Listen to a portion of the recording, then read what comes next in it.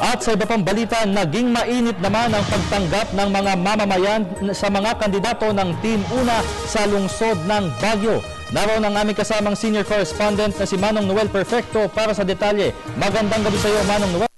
Magandang gabi, Haji. Tama ka dyan. Umabot sa 1,500 hanggang sa 1,700 ang crowd dito sa loob mismo ng Baguio Convention Center.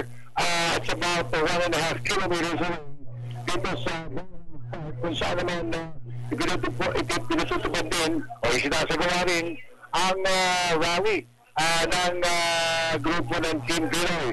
Dito naman sa Team Una, dinala nito ng 5 star Team Una. Kasama na rito si Nancy Binay, si JB Helsito, si Gringo Honasan, si Mitos Magsaysay, ngayon din si Big Sibiri.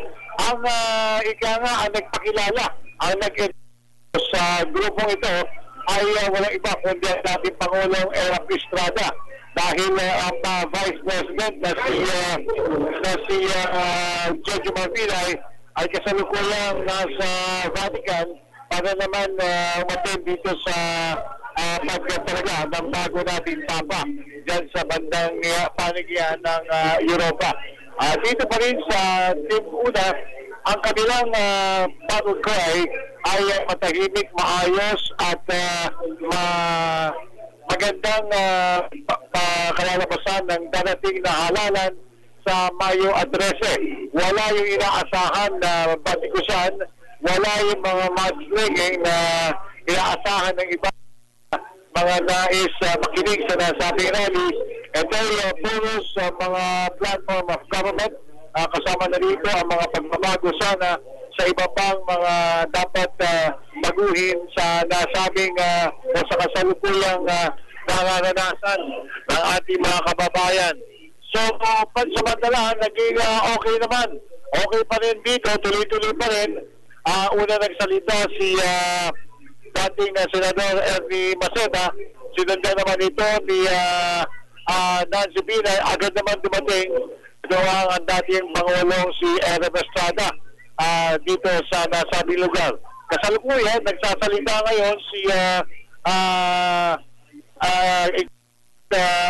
itong si re-electionist Gringo Honasan.